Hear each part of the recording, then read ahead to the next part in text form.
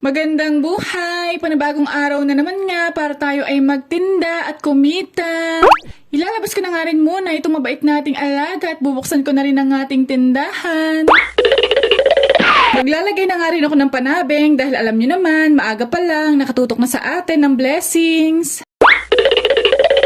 Habang ako ay nagkakape, nagsalang na nga rin ako ng labahin. Ayan nga at malapit na rin hanguin. At bago nga hanguin, alisin na saksak para hindi na kumonsumo sa kuryente. Hindi pwedeng puro ganda lang tayo, kailangan marunong din tayong magtipid. At bago pa nga magpaganda ay magsampay na muna tayo para makatapos ng gawain. Dito nga pala ako nagsasampay sa gilid ng bahay namin dahil dito maganda ang init. Naka-dryer na nga din pala yan kaso iba pa rin talaga ang amoy ng damit kapag naaarawan. Nagmamadali na nga ako dahil alam kong maya-maya lang ay may bibili na rin. Ayan nga at narinig ko na yung pabili. Pabili nga ang sabi pero magpapa-Gcash pala ire.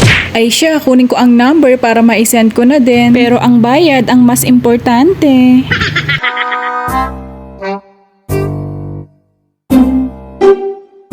Hindi pa nga ako nakakatalikod ay may dumating nga tayong isa pang customer at ang customer nga na ito ay talagang suki ko din. Ang babait nga din talaga ng mga batang iyan. Bakit nga ba ako lang talaga ang hindi? Andito na nga rin lang ako sa tindahan kaya sabi ko nga ako ay maglinis at mag-ayos-ayos na din. Kaya nga itong matitigas na yelo ay ililipat ko na rin. Ang sa gayon nga ay hindi rin tayo maubusan ng bentahin.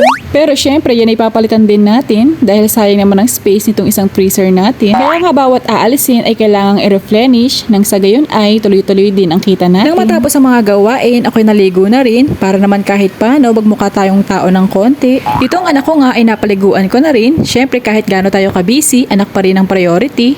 At pagkatapos nga ng mga gawain, tayo hayahay na rin, pakain-kain, manunod ng Netflix at pag may dumaang merienda ay haharangin. Wow! Flex ko na nga rin pala itong sariling amin and i-bake shop nga pala ng mga taga-NE. At bigla namang dumating din si kumpare. Ay pinadala na naman nga daw ang ating kumare. Ano na naman nga kaya ito, maring Shopee? Hindi mo na talaga ako inubusan ng bayarin. Oh, mukhang maganda, hindi nyo kakayanin. Mukhang pangmayaman kahit tayo ay pang-alanganin. Ano nga kaya ang ilalagay ko din ay basta tsaka ko na lang iisipin. Ang importante ay kung ano ang mahalaga. O siya, proceed na tayo sa susunod na pinadala. O pink yan, wag kang ano dyan. Yan ang pinadala ng kumare natin. Basta alam ko meron niyang ice pick, meron ding pangtadtad ng karne. Itong sumunod ay hindi ko na alam. Basta alam ko ay kutsilyo din yan. Yung pang-apat ay pang sibuyas. Yung pang-lima naman ay pambawang. Siguro yung pang-anim ay pwede na sa luya. Basta iba-iba ang gamit niyan.